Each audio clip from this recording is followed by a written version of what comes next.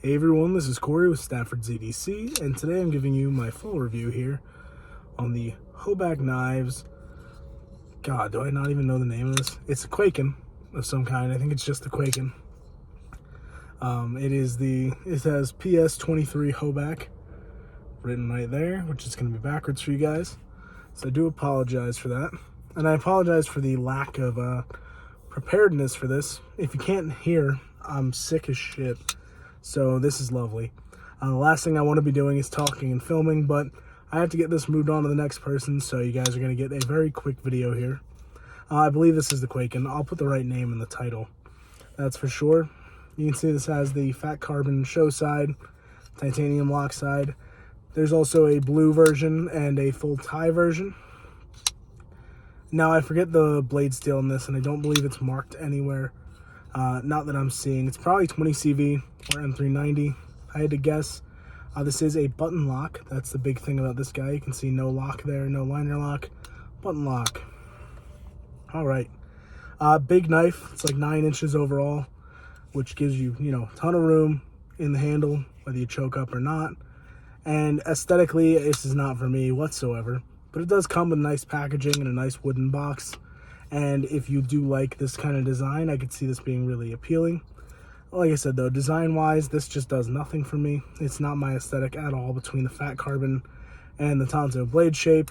And just like the Quaken with the tip being raised above the handle, it just doesn't do much for me. The trailing point kind of thing just isn't my jam. And this pocket clip's not my favorite either. It's got like the little hatchet on there. I don't even know what you'd call it exactly, but it's a little axe. Yeah, generally speaking, not my aesthetic, but nevertheless, performance-wise, this is pretty damn good, actually. This is ground pretty thin. It doesn't come to like a paper thin edge or anything. I just try to close it like a frame lock. Yeah, so it works, though. It cuts really well. The portion down here, I don't know if this is a compound grind. It has, you can see the distinction here, which is why I'm assuming it is. It looks very much like a flat grind at the tip. And it is potentially a hollow grind in this flat area, from the base of the blade to about where my finger is here, where that grind line is. You can just make out right along there. You can see it much more in this light. But yeah, it cuts well. The tip's a little thicker, obviously, due to that differential in the grind, but it cuts super nice. There's plenty of handle to grab onto, like I said, which gives you lots of leverage when you are using this. It does have a front flipper as well, though I find this to be a little bit light as a front flipper. It's very easy to miss this if you're not careful. You can see that. That's just the button lock's not stiff enough, and you can miss the flips pretty easily too on this. It's very easy to fail this. If you go at it with some intention, if you don't slide off like I did there, you get this every time, but other than that, it's a little light. Pretty easy to fail, like I said. And I think these are like $300 or $400 They're expensive. They're not cheap.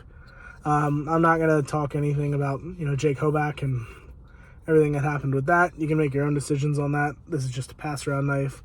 So I'm just giving you my thoughts on its performance. Not here to have a conversation about that. If you want to talk about that in the comments, go for it. But that's not what I'm doing in this video. All I'm talking about here is the knife objectively, and objectively, this is an object that cuts very well.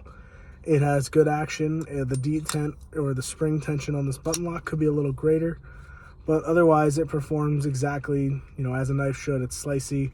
It feels good in hand, and that's about all that you really need out of a knife, whether it is a fixed blade, a folder, whatever the case may be.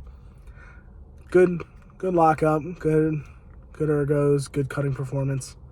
That's all you really need. And this hits all those marks, though I don't like it aesthetically, and I just am not a big fan of this design.